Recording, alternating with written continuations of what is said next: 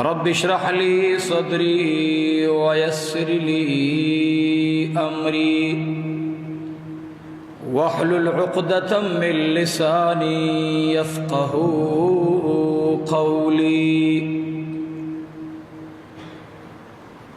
الحمد لله كفى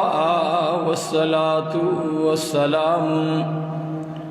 على عباده الذين اصطفى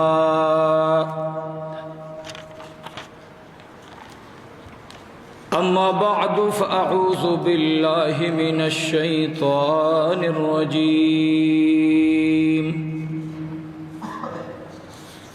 بسم الله الرحمن الرحيم وإذ قال إبراهيم رب اجعل هذا بلدا آمنا وارزق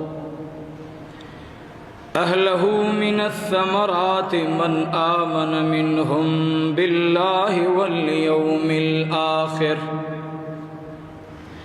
قال ومن كفر فأمتعه قليلا ثم أضطره إلى عذاب النار وبئس المصير